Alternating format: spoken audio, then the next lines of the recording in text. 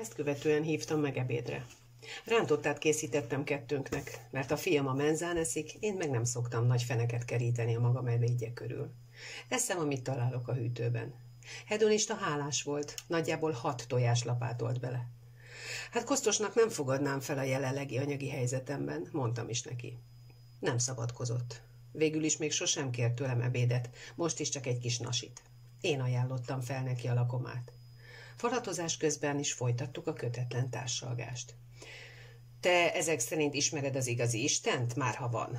Kíváncsiskodott. Hát az talán túlzás, hogy ismerem, meg az is lehet, hogy nincs is. De ha mégis létezik, akkor tökéletesen ember talán nem is ismerheti meg. Bár nekem, mert úgy érzem, ő valahogy mégiscsak van, valamilyen fogalmaim azért már kezdenek kialakulni róla. Valami már dereng. De ugye nem olyan, amilyennek imádott feleségem képzeli el. Ilyet meg. Nem ismerem feleséged ő nagyságát, sem az aktuális istenképét. Tudod, nem sokszor beszélgettem még vele, csak mikor itt voltatok néha, de akkor meg nem Istenről társalogtunk. Ami kész csoda, ismervén az ő piszkosul vallásos beállítottságát. Nem is értem, hogy bírta ki a jelenlétedben eddig, hogy ne folyton folyvást az urat emlegesse. Máskor mindig csak róla beszél. Nekem a betegségeiről mesélt egyszer, amikor először találkoztam vele. Azokról a testi nyavajáiról, amiket másoktól vett át, hogy megszabadítsa tőlük a szerencsétlen szenvedőket. Hedonista az ég felé fordította tekintetét. És kibírt a dröhögés nélkül? Mert én bizony sosem bírom 2 percnél tovább vihogás nélkül hallgatni a sok sületlenséget, amit összehord. Kibírtam, és pedig amiatt, mert emlékszem azokra az időkre, amikor nekem is voltak hasonló gondolataim. Meg arra is, amikor azt hittem, az egész világ összes gondját, baját, legalábbis ami szembe jön velem, vagy rám csimpaszkodik, a saját vállamon kell elhordoznom, mert majd akkor leszek méltó a messiás mutatta példához. Most meg elkerekedett a szeme. Komolyan mondod ezt, hogy te is ilyesmikről képzelektél? Hiszen te olyan normálisnak látszol. Hát azért olyan túlzásokban nem estem, mint a feleséged, de vannak előzményeim etéren is. Így hát valamennyire megértem őt. Az én álszentemet? Ő nem tudja magáról, hogy áll. Azt hiszi, hogy valódi szent, vagy azzá lesz, ha továbbra is szorgalmasan gyakorolja a környezetében az áldozathozatalt és az alázatosságot. És nem gondolod, hogy alázatosságból kifolyólag olykor összerottyanthatna nekem valami ebédféleséget? Áldozatiságból meg bevághatná a koszos göncöket a mosógépbe, csak úgy néha, mikor nagyon rátör az alázat, meg az áldozatkészség. Ő csak azon az átkozott anyaszálláson, a munkahelyén alázatoskodik meg áldozatos, ahol eljátszhatja a kirúgott nők között, meg a szociális munkás kollégái előtt a glóriás őrangyalt. Az összes energiája rájuk megy el. Viszont mikor arról esik szó köztünk, hogy 37 éves és illendő lenne már gyereket szülnie, mit gondolsz, mit lép erre? Cseppet sem izgatja a saját biológiai órája, azt csak én hallom, ahogy egyre akadozóbban ketyeg. Még majd csinálhatok másnak gyereket, mert ő feláldozza magát a köznek és mások gyerekeinek. Fogadok azért, hogy neki ne kelljen szülnie, kölyköt is tápolnia, mert attól bezzeg retteg. Legutóbb is azt vágta a fejemhez, hogy Teréz anya se nevelt gyerekeket, mégis óriási megbecsülés övezte életében. Hát erre vágyik ő, más emberek elismerésére, meg az Istene megbecsülésére. Nézd, nincs kedvem a nejedet kitárgyalni így a háta mögött. Lásd be, nem szapulhatom őt itt veled együtt. Ez nem lenne tisztességes, nem is ismerem. Persze, persze, vettem az adást. Próbált szégyenkező képet vágni, de mindjárt váltott is, mivel nem rendelkezett egy mákszemnyi szégyenérzettel sem. Ott tartottunk, hogy azt mondtad, kezded megismerni az Istent, ez roppant érdekes. Hallottam ám rólad mindenfélét, hogy szoktál meditációkat rendezni, meg szeánszokat, jönnek ide hozzád huhogni a szellemek, jó muri lehet. Nem társulhatnék be egy ilyen kísértetjárásba, csak úgy szemlélőként, egészen aprócska mellékszerepkörbe. Most, hogy a kíváncsiságomat is felkeltetted, és élvezeteim forrásaként gondolok már a tudás szomira is. Vagy túl komoly dolgok ezek nekem? Túl magasztos szférákban jársz a barátaiddal, amikor szellemekkel beszélgettek? Ekkor döntöttem el, hogy miért is ne? Miért is ne hívhatnám meg hedonistát is az összejövetelre, amelyre ezoterikus érkezik majd cinikussal, a férjével? Belém bújt a kis ördög. Elképzeltem, ahogy a megszólalónak hedonista felteszi keresetlen kérdéseit cseppnyi tisztelet nélkül, amúgy a magas stílusában, kikívánkozóan, bárdolatlanul nyersen. Vajon hogyan reagál erre a mindenek tudója? Érdekes kísérletnek ígérkezik, annyi szent. S ha már ez a pajzán ötlet elég vastag szöget ütött a fejembe, mindjárt a fokozása is kibontakozott lelki szemeim előtt. Láttam a jövőt. Egy lehetséges jövőt, amelyben hedonista álszentel a feleségével karöltve bombázza kérdéseivel az én nagyhatalmú segítőmet, aki a mindenki segítője. Ebből kifolyólag bizonyára tényleg nem vesz izokon, ha olyan társaság gyűlik össze nálam, melynek tagjai nem holmi kiművelt elmék, nem hivatásos gondolkodók, csak szimpla hétköznapi emberek, hiszen ő maga javasolta, hogy ne csak ezoterikusokból toborozzam a résztvevőket. Na most majd kiderül, hogyan reagál az összetételre. Nagyon hallgatsz, vetette a szememre félreértve szótlanságomat. Nem találsz alkalmas személynek arra, hogy... Vagy szigorúan zárt körű rendezvények ezek a ti gyűléseitek? A vatatlanok nem kerülhetnek be a körbe? Esetleg ki kell érdemelni a huhogó szellemek bizalmát? Úgy, ahogy a feleségem teker folyvást, hogy kiérdemelje Jézus kegyelmét? Na, szólalj már meg! Felnevettem. Egyre szimpatikusabb volt ez az ember. Olyan nyílt és őszinte, ritka fajta. Manapság nagyítóval lehet csak rálelni az ilyenre. Semmi kifogásom a személyed ellen. És a barátaim sem fognak megsértődni, ha eljössz közénk. Éppen most pénteken tartunk egy kisebb összejövetelt. Ha ráérsz aznap este, itt a helyed. Kicsit meglepődött. Talán valóban arra számított, hogy visszautasítom. Tényleg eljöhetek? És kik lesznek még jelen? Gyorsan vázoltam a vendégek listáját. Na, akkor péntekre műszakot cserélek. Egy feltételem azért van. Ami persze teljesíthetetlen, vágta rá kekeckedő álrossz hiszeműséggel. Gondoltam, hogy nem juthatok be egy ilyen válogatott társaságba csak úgy. Nem marháskodj, nem erről van szó. Csak szeretném, ha a feleségedet is magaddal hoznád. Minek? Csak úgy. Szeretném, ha itt lenne. Persze, ha hitét sérti a szellemhívás, az más kérdés. Erőltetni nem akarom. Dehogy sérti a hitét. Ő nem az a templomba járós, talpig katolikus fajta. A saját misztikus útján jár. Éjszakánként bújja mindenféle médiumkönyveket, igaz csak azokat, amelyek az ő ízlésének megfelelnek. Mária jelenések, Medjugorje, ilyesmit. Egyszer beleolvastam az egyik kedvenc könyvébe, és majd lefordultam a székről. Képzeld, azt boncolgatta a megnyilatkozó szellem egészen ihletetten, hogy milyen bűnös is az a férfi, aki életében több nővel is lefeküdt. Na meg az a nő is, aki több férfival. Mert hogy össze-vissza keverik az energiáikat ezek az emberek, idegenek, idegen erőivel, és az minőszörnyűség. A tiszta szerelem megszentségtelenítése. Valamikor a múlt század elején kapta ezt a megszívlelendő üzenetet egy médium, aki mellesleg agszűz volt, na náhogy ilyet tudott csak üzenni rajta keresztül a szellem. Bár az meggondolom cölibátusban élt emberkorában, ha egyáltalán élt valaha testben. Úgy látom, egészen tájékozott vagy ezekben az ügyekben. Használod a szakkifejezéseket, szellem, médium, üzenet, testben lét. Nem is gondoltam, hogy foglalkozol ilyesmivel is. Hát nem is. Csak ragadt rám valami a kerge agyú feleségem mellett. Mert ő régebben még nagyon-nagyon azon igyekezett, hogy beavasson engem is a szenteskedéseibe. Azt hitte, belőlem is valami ájtatoskodó, nyálas istenbárányát nevel ki. Hogy is ne? Hogy aztán ketten tetvesedjünk meg a piszkos ruhától a nagy alázatosság és a heves istenszolgálat közepette, a hűtőszekrény meg mindig tök üres legyen. Valakinek mosnia, takarítania, bevásárolnia is kell. Na meg élvezkednie is. És én ezt választottam, a földi örömöket és a normális emberi életet. Úgyhogy én takarítok, én tartok rendet a háztartásomban. Még szerencse, hogy ezt is élvezem. Aszkétát akart faragni belőlem, de nem jött össze neki. Belőlem aszkétát. El tudod képzelni ezt? Ezen a ponton tényleg becsődölt a fantáziám. Ennyi információ után, amit a házasságukról megtudtam, ahhoz is vérszegénynek éreztem a képzeletemet, hogy megfejthessem, ez a két ember egyáltalán hogyan is kerülhetett össze. De egyelőre nem mertem erre rákérdezni. Meg az idő is jócskán előre haladt. Hedonista követte a fali óra irányába küldött pillantásomat. Hú, jól elszaradtak az óramutatók, mindjárt mennem kell a melóba. Nyomban fel is pattant. Kösz mindent, az élvezetes dumát is, meg a szuper kaját. Én köszönöm a segítségedet, mondtam neki. Ne köszönd azt, magamért tettem, válaszolta már a bejárati ajtóban. Magadért?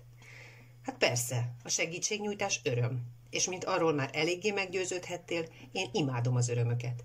Így hát a másoknak nyújtott segítséget is élvezem. Rám kacsintott és ment. Ennek az embernek aranyból van a szíve, és hozzá még kifejezetten értelmes is, állapítottam meg. Mondd csak, Kriszta, nagyon ciki lenne, ha vinnék hozzád még 2 embert? Ezoterikus ezt péntek délelőtt kérdezte, amikor váratlanul felhívott telefonon. Az első percben azt hittem, le akarja mondani a találkozót, mert valami közbe jött nekik. Ettől meg is könnyebbültem volna, mert akkora már elég nagy feszültség gyűlt össze bennem. Még mindig attól féltem, fokozódó mértékben, hogy egy számomra nagyjából idegen társaságban csődöt mondanak a médiumi képességeim. A kérdés tehát váratlanul ért. Lemerevettem.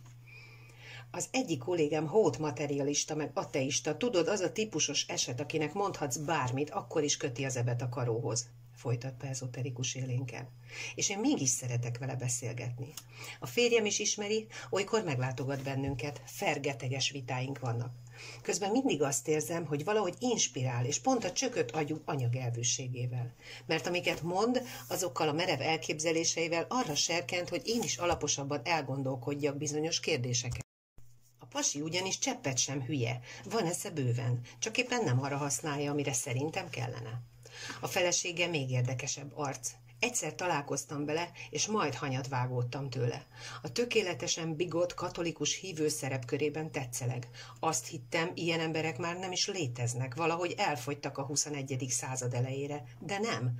Ez templomba jár rendszeresen, meg valami lüke lélek emelintgető gyülekezetbe, a Bibliával fekszik és kell.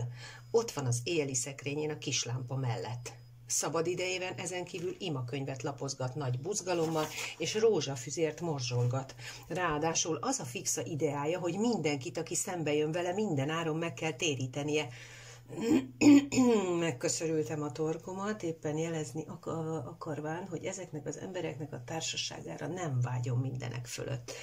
De nem jutottam szóhoz, mert ezoterikus hatalmas lendülettel mondta tovább a magáét. Nem tudom, miért érzem úgy, hogy jó lenne, ha ők is megjelennének nálad. Isten bizony nem bolondultam meg, csak valahogy megint olyan bizsergést érzek. Tegnap véletlenül megemlítettem ateista kollégámnak, hogy nálad szellemidézés lesz. Mire először jól kiröhögött. Majd azt mondta, kíváncsi lenne egyszer egy ilyen őrültek gyülekezetében zajló marháskodásra, biztos benne, hogy 5 percen belül leleplezni a csalást. És mikor ezt mondta, akkor jött rám a bizsergés. Na, más se hiányozna nekem, csak egy ilyen alak a lakásomba. Egy magát leleplezésre biztató tőzsgyökeres ateista, akinek a jelenlétében biztosan olyan energiák keletkeznének, amik eleve lehetetlenné tennék a szellemi megszólalást. Én is bizseregtem ebben a pillanatban, de nem az intuíciótól, hanem a dühtől, ami ezoterikus ötletétől elöntött. Belevörösödött a fejem. Hát tudod, nyököréztem a telefonkagylóba. Én azért nem vagyok benne biztos, hogy jó lenne, ha ez a pasi a korlátoltságával itt sertepeltélne a nappalimban. Féltem tőle, hogy nem tartod jó ötletnek, de mégis úgy érzem. Tudod, ő nem egy agresszív ember. Valójában tiszteletben tartja mindenki meggyőződését. Csak hülyéskedett ezzel a leleplezés szöveggel. Biztos vagyok benne, hogy tátott szájjal figyelne, és nem akarná elrontani mások élményét. És ekkor különleges dolog történt.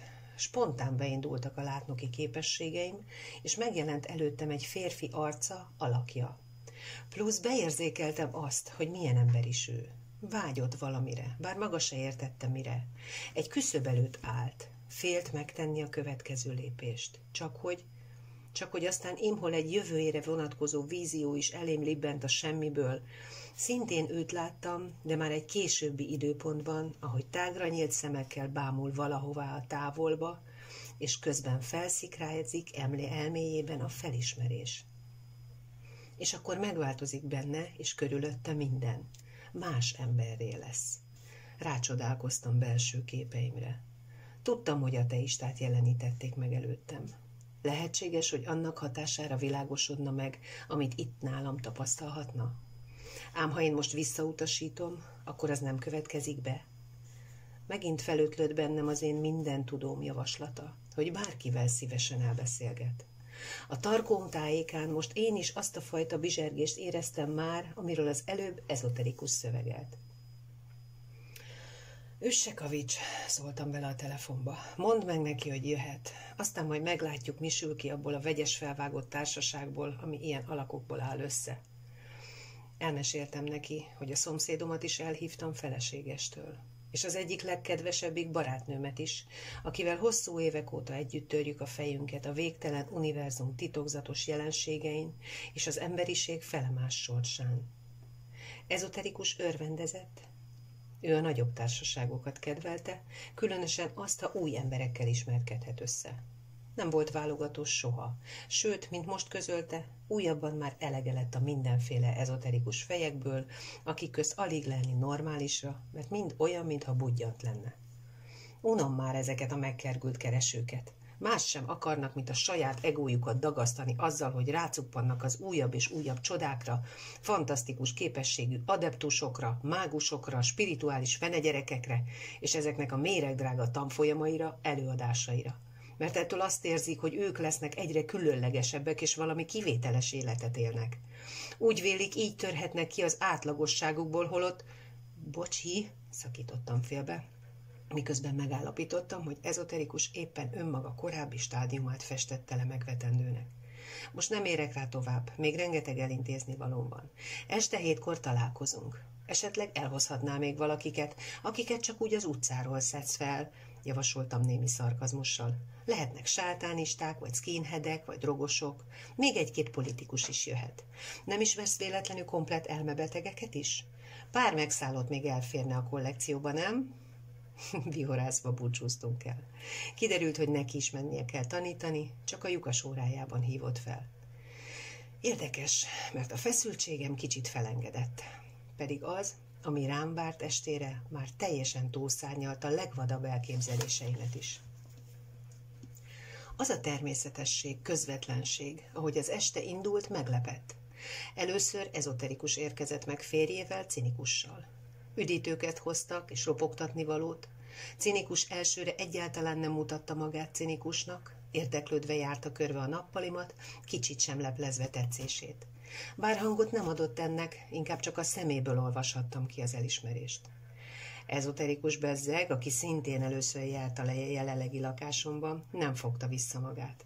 Gátlások nélkül faggatott arról az apróbb-nagyobb dísztárgyaim, egyes különlegesebb bútordarabjaim és szőnyegeim honnan származnak. Élvezettel simított végig a keletről hozott mozaikberakásos kávézóasztalkámon, vette kezébe az ugyanonnan hazautaztatott díszes vízipipámat, tapogatta meg a szobaszükőkútban csücsülő San Franciscóból való kagyló és csigagyűjteményemet, bámulta meg az egyiptomi papiruszokat a falakon, a görög vázákat, a New York-i sárga taxikat, mintázó fura csészéimet a polcukon, és a többi csecsebecsét. Te aztán jó sok felé jártál. Látom, körbeutaztad a félvilágot, jegyezte meg arcán alig leplezett irítséggel. Vagy 10 perc múlva hedonista is betoppant feleségével. A szőke viking, mivel az otthonomat már jól ismerte, nem társult be a bámészkodók közé, hanem azonnal rávetette magát a nagy ebédlőasztalra felhalmozott harapnivalókra.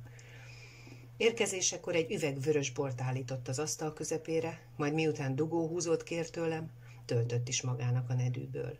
Tett egy lefitymáló megjegyzést az antialkoholista bandára, mivel hiába kínált bennünket a borral.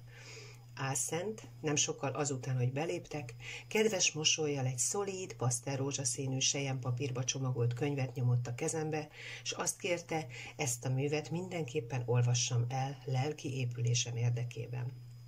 Majd helyet foglalt az egyik legkényelmesebb fotelemben. Az a barátnőm, akit már emlegettem, továbbiakban barátnő, ezt követően csengetett be. Éppen csak összeismertettem a többiekkel, aztán a konyhába szólított. Több doboznyi saját készítésű szendvicset hozott, ezeket rakosgattuk ki tálcákra, s tettük be a hűtőszekrénybe. Pont mikor végeztünk a kaja elrendezéssel, akkor jött ateista a nejével, akit az egyszerűség kedvéért bigotnak kereszteltem el, bár a fanatikus jelző is kiválóan ráillett. Ateista, akiben délelőtti látomásom alakjára ismertem rá, szintén megcsodálta nappalim eklektikus berendezését, váltott pár szót a többiekkel, majd a nagy kanapéra ült le merevtartású felesége mellé, aki szigorú tekintettel vislatta az összegyűlteket. Mint utóbb kiderült, neki fogalma nem volt róla, milyen vendégségbe hívták meg. Férje ugyanis nem közölte vele, hogy aféle szellemidéző szeánszra kell felkészülnie, mert attól tartott, ha ezt megtudja Bigot, 6 lovval sem lehet ide vontatni. Azt mondta hát neki, egy olyan társaságba mennek, ahol érdekes emberek gyűlnek össze.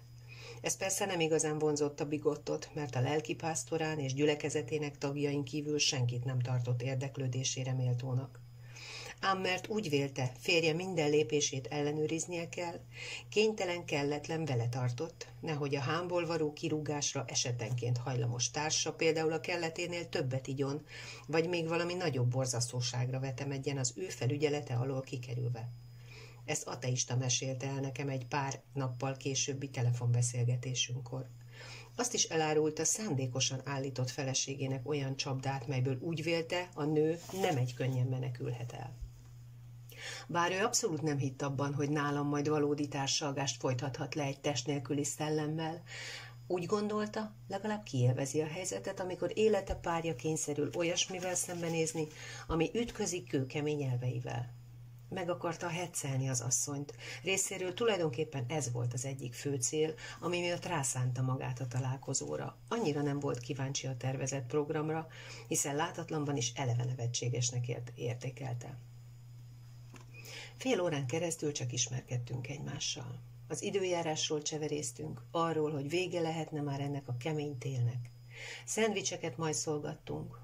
A férfiak pár mondat erejéig próbálkoztak politikai témákról értekezni, de mert a nők erre csak legyintettek, hamar lefutottak az ország aktuális és szánalmas gazdasági, társadalmi helyzetét elemző megszólalások, mivel úgy tűnt, a férfiak sem érdeklődnek a maguk felvetette kérdések iránt kellő komolysággal. Hagytam, hogy mindenki beszéljen, amiről akar. Egyrészt gyávaságból, mert halogattam volna a pillanatot minél messzebbre, amikor rám és összejövetelünk fő céljára terelődik a szó. Másrésztről tudtam, ha ma este egyszer csak mégis médiumkodnom kell terv szerint, akkor nem árt, ha a jelenlévők előbb kidobják magukból azokat a gondolatokat, érzéseket, amiket ide magukkal hoztak. Barátnőmmel, aki már nem egyszer részese volt olyan óráknak, amikor az én minden tudom adott át nekünk üzeneteket, mindig ezt a módszert gyakoroltuk, azt megelőzően, hogy én a médiumi közvetítésre adtam volna a fejemet, és pedig annak érdekében, hogy kiszórjuk elménkből még a megszólalás előtt a felesleges szemetet, hogy aztán kitisztultabb tudattal fogadhassuk be az értékes ismereteket. Ám egyszer csak megszűnt a szavak zsongása körülöttem, egyik pillanatról a másikra beállt a csend. Éreztem, hogy muszáj átvennem a szót. Cigarettára gyújtottam, és körbehordoztam a tekintetemet.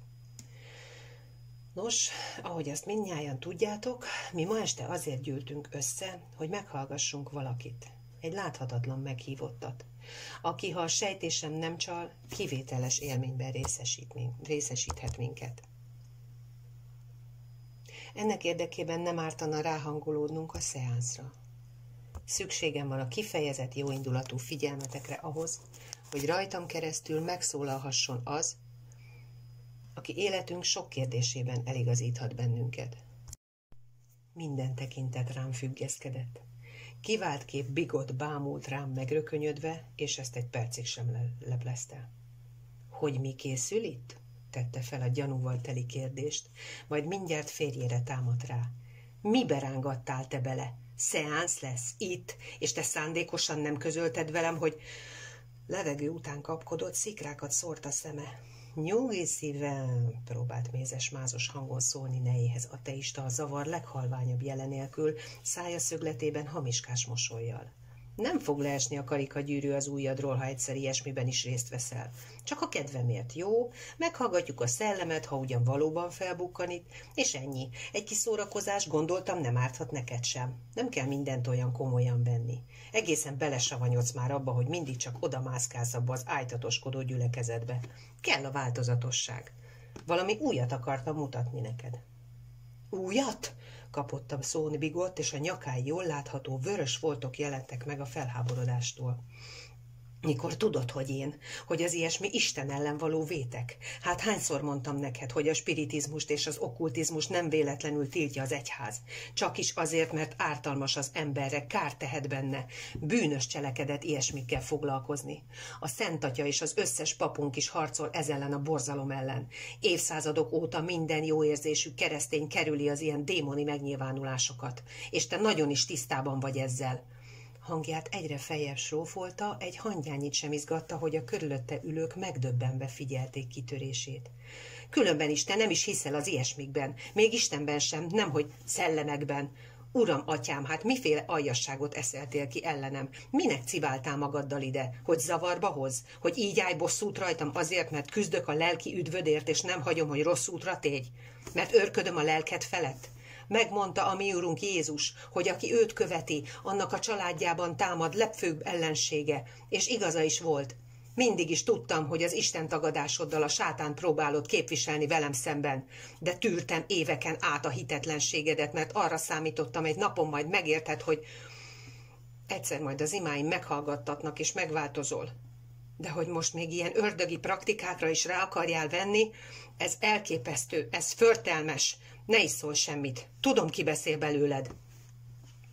Ateista nem is szólt, mert nem tudott szóhoz jutni harcias neje szóözöne közepette, csak hábogott, dünnyögött, a torkát köszörülte. Ám semmi megbánást nem mutatott. Hedonista viszont úgy érezte, közbe kell lépnie.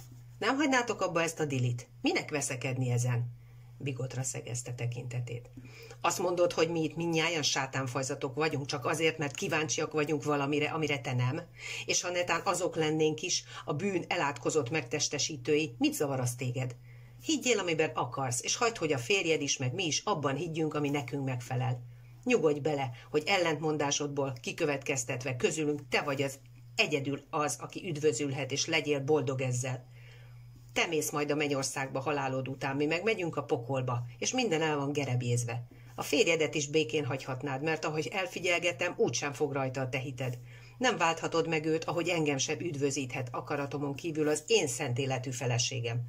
Mindenki csak magáért felelős, talán ezt kellene megértened. Bámulattal adóztam hedonistának, amilyen határozottsággal rögtönözte ezt a kis frappáns beszédet. Lett is jó nagy cirkusz nyomban.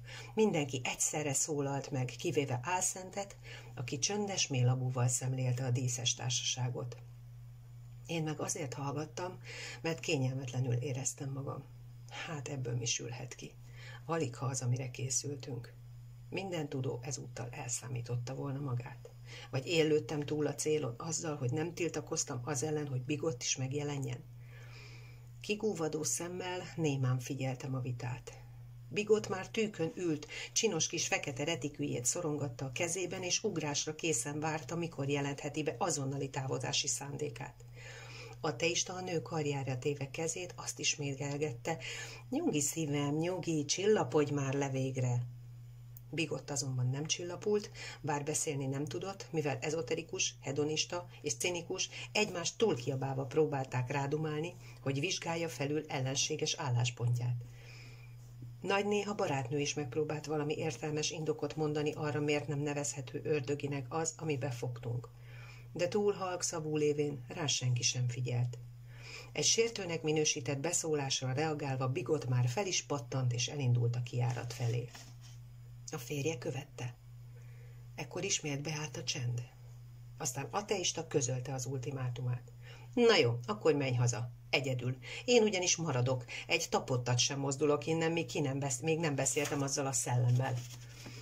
Bigottnak már az arca is lángvörösben pompázott. Elbizonytalanodva tett egy lépést a bejárati ajtó felé, majd zavartan pislantott a férjére.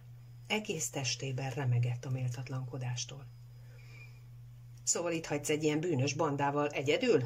Kérdezte ateista immáron nyílt gúnnyal. Nem akarsz vigyázni rám, hogy el ne merüljek itt a fertőben? Pedig lehet, hogy megszáll az ördög, ha te nem őrködsz felettem, és akkor majd lelkifurdalásod lesz. Csodálkozva néztük végig, hogyan játszik a tapasztalt férj felesége lelkének húrjain, a gyakorlott manipulátor szerepében. Az asszony nézése zavarossá vált, sűrűn pislogott. Mintha óriási lelki tusa zajlana benne, úgy viselkedett. Majd a parkettára szegezte tekintetét, és egyik lábáról a másikra helyezte át testsúlyát. Látványosan billegett. Ha a te hited olyan erős, no meg azt is tudod, hogy Jézus megvéd téged a bűnökkel szemben, ahogy ezt nekem nem egyszer kifejtetted, akkor mitől félsz? Miért nem maradnál itt? Talán attól tartasz, hogy mégsem vagy olyan stabil? Hogy téged is megkísérthet a sátán? Mi bajod származhat abból, ha szemtől szemben megtapasztalhatsz olyasmit, ami ellen úgyis védett vagy? Esetleg nem vagy védett mégsem? Darálta le sorban ateista célirányos kérdéseit. Az asszony pedig ráharapott a horogra. Ámulatunktól övezve hagyta, hogy a férje a könyökénél fogva visszavezesse előbbi ülőhelyéhez. Jól van, simogatta meg neje karját ateista ezúttal valódi gyengétséggel. Nem lesz semmi baj. Én ismerlek jól, nem ijedsz te be semmitől olyan könnyen.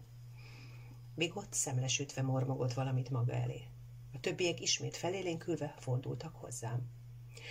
Halljuk végre, mit kell tennünk ahhoz, hogy ide csalogathassuk azt a szellemet? Kérdezte hedonista, kifejezve a közakaratot. Röviden felvázoltam, hogy milyen feltételekre van szükségem ahhoz, hogy átléphessek médiumi énembe. Béke, nyugalom, némi tolerancia, nyitottság felőlük és csend. És az nem probléma, hogy én ebben az egészben tényleg nem hiszek? Firtatta ateista barátságos őszintességgel. Na meg én se, társult be mellé cinikus is. Ez nekem nem jelent gondot. A megnyilatkozónak meg kivált kép nem. Legalábbis ezt mondta legutóbb, amikor vele beszéltem. Sőt, neki kifejezetten az volt az óhaja, hogy ne csak olyan emberek legyenek jelen, akik amúgy is hisznek a szellemvilág és Isten létében. Engem a médiumkodás során csak az zavar, ha ellenséges légkör vesz körbe. Tehát ti nyugodtan maradhattok a hitetlenségetekben, ám jó lenne, ha azért barátságosan és mindenre nyitottan figyelnétek rám, és arra, ami történni fog. Az úgynevezett ellenséges energiák ugyanis kedvezőtlenül hatnak rám, akadályozhatják a koncentráló képességemet. Az utóbbi kijelentésnél vetettem egy lopott pillantást Bigotra, aki tüntetően nem rám nézett, hanem a cipőjét tanulmányozta. Viszont az előzményekhez képest egészen nyugodtnak és békésnek látszott. Vagy inkább a sorsába beletörődőnek. Mindegy is volt nekem, csak abban reménykedtem, hogy nem érez ádász gyűlöletet irántam, aki ugye az ő szemszögéből nézve a fő sátán vagyok, és más jóra való emberek gonosz megkísértésében mesterkedem. És ki ez a valaki, akit megidézel? Kérdezte cinikus. Valami egykor élt szent, vagy egy halott ember túlvilágon bolyongó lelke? Egyik sem. Bár sokszor beszélgettem ilyenekkel is az elmúlt években, ám az, aki ma hozzánk érkezik, egészen kivételes valaki. A feleségednek már mondtam, hogy én nem akarok róla sokat beszélni, mert majd ő maga mutatkozik be nektek. Legalábbis ebben reménykedem.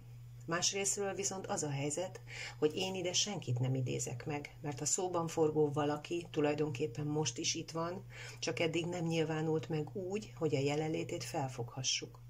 Ahhoz, hogy megszólalhasson, szükséges az én médiumi képességem. Itt van! Nézett körbe ateista vigyorogva, szimpadiasan föl, jobbra-balra és körbejáratva tekintetét, keresvén a láthatatlan jelenlévőt. Hát ami azt illeti, jól elrejtőzött, mert bármerre nézek, sehol sem lelem. Hát a rejtőzködésben tényleg nagyon profi, mentem bele a játékba. Annyira ért hozzá, hogy néha én is azt gondolom róla, nem is létezik. Tudod, ő a valamivé és a semmivé változásnak is egyaránt nagymestere. Aha, szóval egy rafinált illúzionistához lesz szerencsénk, mondta ateista, és láttam rajta, hogy komolyan fontolóra veszi, nem rejtettem el egy mágust a lakáson valamelyik eldugott zugában. Igen, akár bűvésznek is nevezheted, helyeseltem. De ha nem kell megidézned, akkor hogy a fenébe tud megszólalni? Nem értem, töprengett hedonista. Valamit csak kell tenned ahhoz, hogy beszélni tudjon hozzánk. Persze. Telepatikusan kapcsolatba kell lépnem vele, és hogy ne húzzuk tovább az időt, mindjárt javaslok is valamit, feleltem. Meg kellene próbálkoznunk egy 10 perces meditációval, lágy, finom zenére. Ez rendszerint segít azoknak, akik először vesznek részt ilyen összejövetelen, és nekem is megkönnyíti a ráhangolódásomat. Meg is egyeztünk ebben, mindenki kényelmesen elhelyezkedett, én először lekapcsoltam a világítást, meggyújtottam a gyertyát, majd a hifihez léptem. Még egy kérdést, ha lehet, szólalt meg ateista ismét. Ha majd itt lesz velünk ez az akárki, kérdezhetünk is tőle? Igen, válaszoltam. És bármilyen kérdésünkre felel? Elméletileg bármire, bár ez leginkább tőle függ, és nem tőlem.